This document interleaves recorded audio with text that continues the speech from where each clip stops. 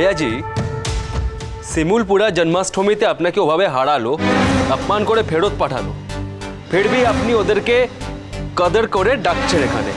সত্যি তাই, আপনি বহুত দিলদরিয়া আছেন।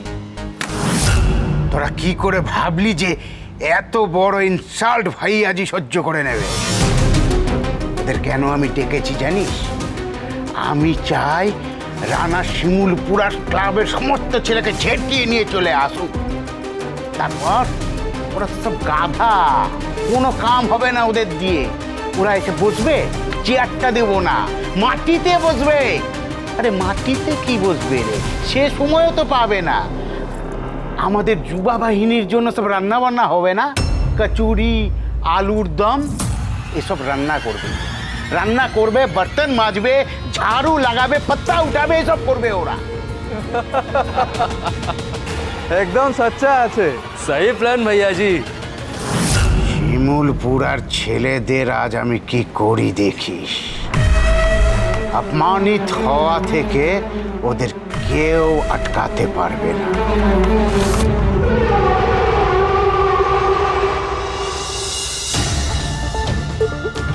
শুধু ভাইয়াজি কেন, সে না হয় সবাইকে অপমান করে, ওরকমই মানুষ। কিন্তু যে কেউ এসে তোদের ছোট করবে কেন? হ্যাঁ, কেন করে জানিস? কারণ তোরা অপদার্থ, ইডিয়েট।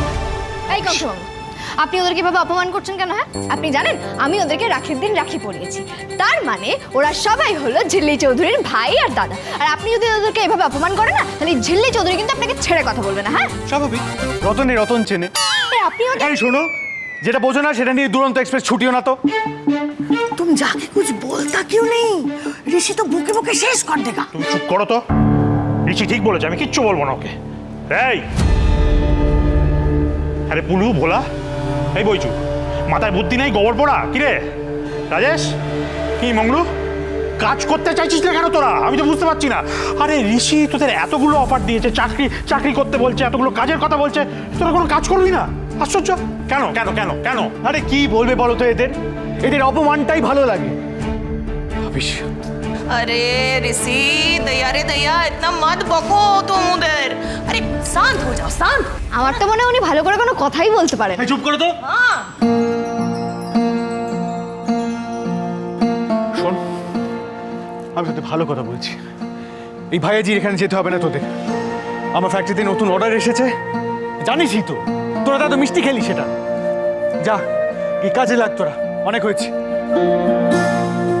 কিরে, হ্যাঁ সবাই একেবারে চুপ করে গেলি, একে অন্যের মুখ চাওয়াচাই করছিস। ব্যাপারটা কি? ঋষির দেওয়া কাজটা করবি না করবি না পরিষ্কার করে বল। হ্যাঁ, সে তো করতেই পারি, লেকিন ঋষিদার মতো অমন নাক মুখ গুজে কাম করতে পারবো না। ঋষিদা তো খায়ও না, শুধু কাজই করে। আমরা যদি কাজ করি তাহলে টিফিনটা কখন? টিফিন? কাজ কি করবি সেটা জানলি না, টিফিন জানছিস? ভাবিস কংস বাবা, ওরা না আমার মধ্যে আছে, শুধু শুধু খিদে পেয়ে যায়। হাটারলি রাবিস। আচ্ছা, খাটনি কিরকম? ক ঘন্টা কাজ করতে হবে? ঘুমানোর সময় কতক্ষণ? ঘুম? আমাদের তো পাড়ায় টুর্নামেন্ট আছে, একদিন ক্যারাম টুর্নামেন্ট, বাকি দুদিন বাইরে ফুটবল আর মাছ ধরতে যাওয়ার প্রতিযোগিতা। এত কিছু করে হাঁপিয়ে যাবো ঋষিদা। তোরা মাছ ধরবি অথচ কাজে যাবি না? অন্তত সেই মাছটা বিক্রি কর, কাজ কর। সবসময় তো বকেন কেন বলুন তো? এই জন্যই না আপনার ধারে কাছে কেউ ঘেঁষে না, জানেন তো? যাও বা একটু কাজের ইচ্ছাটা জাগতো, আপনার বকুরির চোটে ওরা আরো বেঁকে বসছে। এসব করে না শুধু সময় নষ্ট হচ্ছে, শেষ রক্ষা হবে তো? এই রে, বর্দা ভাই যেভাবে ধমকে গেল রে। এই রিঙ্কি, বলছি ওরা যেতে চাইছে, তাই কোন সময় ওদেরকে তো বাধা দিচ্ছে কেন? আসলে কি বলতো ঝিল্লি, মেজদা ভাই না চায় যে ওরা সবাই কাজ করুক, নিজের পায়ে দাঁড়াক, নাম করুক, কিন্তু তবে ওরা সবাই কিন্তু খুব ভালো, জানো। কোন সময় যেগুলো বলছে সেগুলো কিন্তু ভুল বলছে, কিন্তু বোঝানোর পদ্ধতিটা ভুল। আরে বাবা দেখো, সবাই কি আর ঝিল্লি চৌধুরী যে বাধ্য হয়ে সব কথা শুনবে? আচ্ছা বলছি কি, অনেক অনেক কথাবার্তা বলে সময় অনেক নষ্ট হয়ে গেছে, তোরা আর দেরি করিস না, কিন্তু আর দেরি করা যাবে না। তোরা এবার বেরো বেরো, সবাই বেরো। দাঁড়া পিমনি, 1 মিনিট শোন, তোরা একটা কথা সত্যি করে বলতো আমায়, তোরা কি সত্যি ভাইয়াজির ওখানে যেতে চাস? রানাদা যখন বলেছে একবার তো যেতেই হবে, যাই ঘুরে আসি। তাছাড়া ভালো প্যাকেট দেয়। ছাতিমপুরার কচুরি তো দারুণ, সেই সাথে আলুর দমটা বাহ, ওয়ান্ডারফুল। এই ব্যাপার, তাও ভেবেছিলাম যদি ভাইয়াজির ওখানে গিয়ে ডেডিকেটেডলি কাজ করে 2 পয়সা ইনকাম করতিস, তা না, তোদের পুরোটাই খাবার দাবারের ওপর। না হলে জিলিপি চোরকে কেউ বোন বানায়?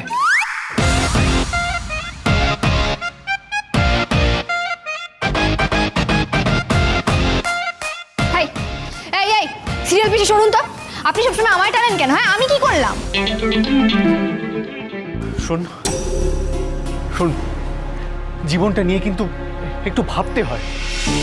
তোদের ফিউচারটা এভাবে শেষ হয়ে যাচ্ছে, এটাই তো বয়স খাটা। আর এভাবে কতদিন চলবে? ঋষি, তুই কেন ওদের পেছনে সময় নষ্ট করছিস বলতো?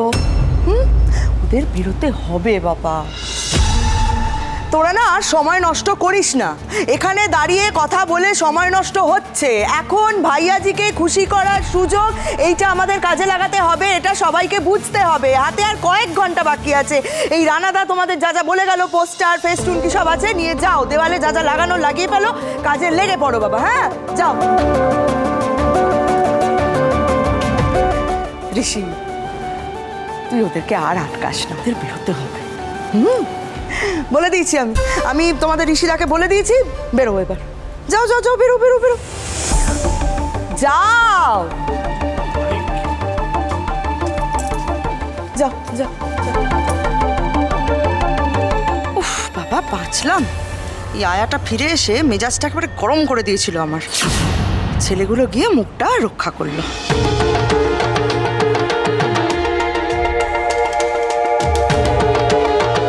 ঋষি, আমি জানি রানা যেটা করছে সেটা একেবারেই ঠিক নয়। তুই মন খারাপ করিস না বাবা, চেষ্টা তো করছিস, বল। কি জানো তো বড় মা, আমি পুরো শিমুরপুরাকে নিয়ে করতে চাই। আমি চাই এই ছেলেগুলোর ভালো হোক, কিন্তু ছেলেগুলো সেটা বুঝতে পারে না। সেটাই সব থেকে হেল্পলেস লাগে, জানো তো আমার। কি? শোনো, এখন ঋষিকে এসব কথা বলো না। আমি তোকে খুব ভালো করে চিনি, ওর মিজাজটা ভালো নেই। এখন কথায় কথা বাড়বে, শেষে ছেলেগুলোকে কান ধরে ওঠবোস করাবে, মানে উঠতে বসতে কথা শোনাবে, বুঝতে পারছো তো? আচ্ছা, মাঝে মাঝে এত টায়ার্ড লাগে না আমার। আচ্ছা, এই ছেলেগুলো তো মাঝে মধ্যে এসে তোমার সাথে কথা বলে, তুমি একটু বোঝাও না কেন এদের? আর বড় মা, রানা যেভাবে তোমার সাথে মাঝে মধ্যে ব্যবহার করে, আমার সত্যি খুব খারাপ লাগে। আমি কিছু বলতে পারি না, কিন্তু ওর এরকম করা উচিত না। আমি ওর হয়ে তোমার কাছে ক্ষমা চাইছি।